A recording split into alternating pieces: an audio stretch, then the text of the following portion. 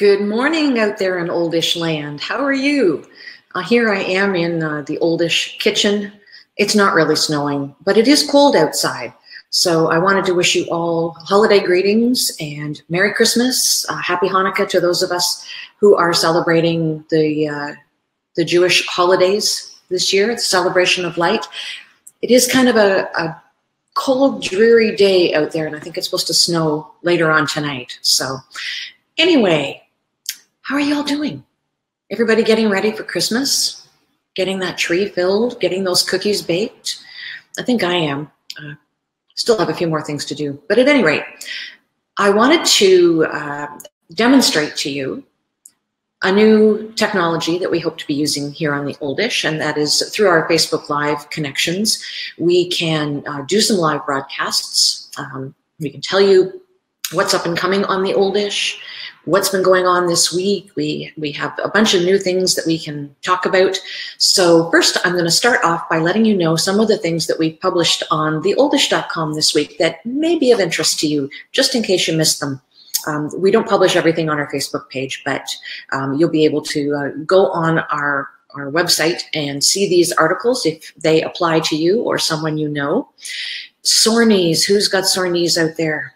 I know I do. Did you know that losing just 11 pounds can reduce the progression of osteoarthritis on the knees by 50%? That's huge. 11 pounds. Might be difficult to do this time of year, but 11 pounds does not sometimes seem like that much, right? On a sort of sad note, the death rate really does increase over the holidays. So pay attention to your health. One of the reasons that it does tend to increase over the holidays is that we get so caught up in our family celebrations and we don't want to bother anybody. So if we're feeling off or we feel that something is wrong, we tend to put off going to the doctor, put off going to the ER. And that can have a bad consequence for us if we do that. So don't put it off. Some of you over these holidays may be hosting family members, and a loved one may have dementia. It's sometimes difficult to know how to host a person who has dementia because there are triggers. There are things that you might not know about.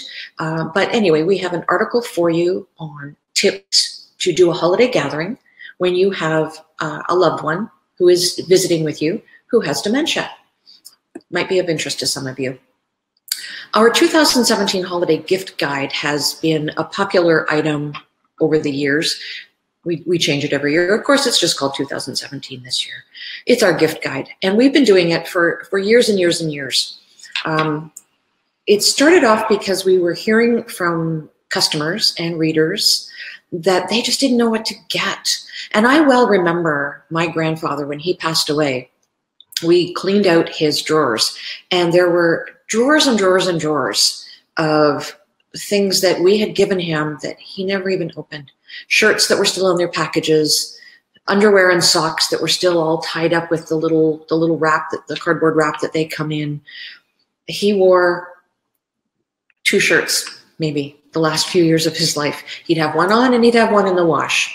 When the one he had on got dirty, he'd throw it in the wash and he'd wear the next one until the first one was clean. So, you know, many of us have elderly loved ones who are living in long-term care or nursing homes, or even small apartments. Perhaps they've downsized and they just don't have room for stuff. There just isn't room for stuff. And in fact, many of us at a certain age start to want to get rid of things. We don't want to gather more things. We want to get rid of them. So we start giving away some of our treasures to our children. We start putting things in, the hospital rummage sale or out at yard sales just to try to lessen the load in the house. So if you have a loved one that you'd like to do something for them to acknowledge the holiday season, and maybe you're getting down to the wire and you don't know what to get, take a look at our 2017 holiday gift guide and you'll find some ideas that'll work for you last minute. I wanted to talk with you a little bit about some upcoming chats that we have planned. We've talked with some people who have some really interesting subjects to talk with seniors about. And this technology that I'm using today lets me do an interview format with somebody who's at a remote location. So I'm going to take advantage of that. We hope to do this kind of a chat with you once a week or so. We'll post them on our Facebook page, and you can log in. You can watch them later because they'll be saved to the Facebook page. If you have an interest in doing that, that'd be great. Let us know that you're watching so that we know that we're on the right track. Let us know what articles you're reading. That'd be good too. We always like to know that.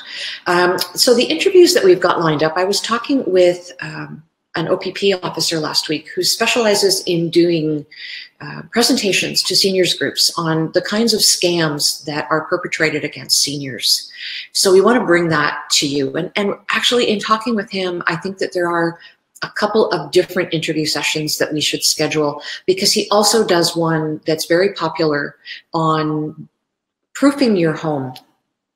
I'm not going to say burglar proofing, but scam proofing as well. Scam proofing, burglar proofing, just making sure that your home is set up so that it's not a target for people who want to do bad things.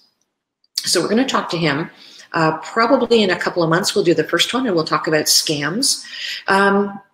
We have a lady who lives in California who is the founder of Aunt Zelda's, which is a cannabis medicine company. And they have several companies. They have a wellness company as well as a research company that's traded on the New Zealand Stock Exchange. So this is no fly-by-night organization. But we're going to talk with Mara Gordon about Cannabis 101. So for those of you who are interested in cannabis medicine, stay tuned for that. She travels a great deal, so we're going to have to pin her down. A veterinarian is going to talk with us about seniors and their pets. So it might be that the senior has pets and what they can do, what kind of a pet they should be looking for with their advanced age and perhaps limitations. We can also talk about senior pets and how to care for them. I know I have a senior pet. He's almost 12 years old and he has chronic bronchitis. So, you know, managing those kinds of things in senior pets is not all that different from managing different kinds of illnesses in people, except that they can't really tell you. Should be an interesting session. We hope also to do a question of the week. So the odd time we do get people sending questions into us, and up until now they have more or less resulted in a suggestion to our writers for an article that needs to be done on this subject or that subject. But if you have a question you'd like us to answer live, or if you'd like to come on here and discuss something with us, let us know. And other than that, I think I will keep this broadcast short, but you can find us at theoldish.com. There's the website right across the bottom of the page. You can also find us on Instagram and Facebook and Twitter. So whatever your pleasure is, you will find The Oldish. So please plan on joining us for these weekly video chats. Let us know what's going on in your world, and we'll let you know what's going on in ours. Have yourselves a wonderful holiday season. Merry Christmas, Happy Hanukkah. Stay warm, stay dry, stay happy, and most of all, stay healthy. Enjoy your time with your family. Thank you, everyone. Bye.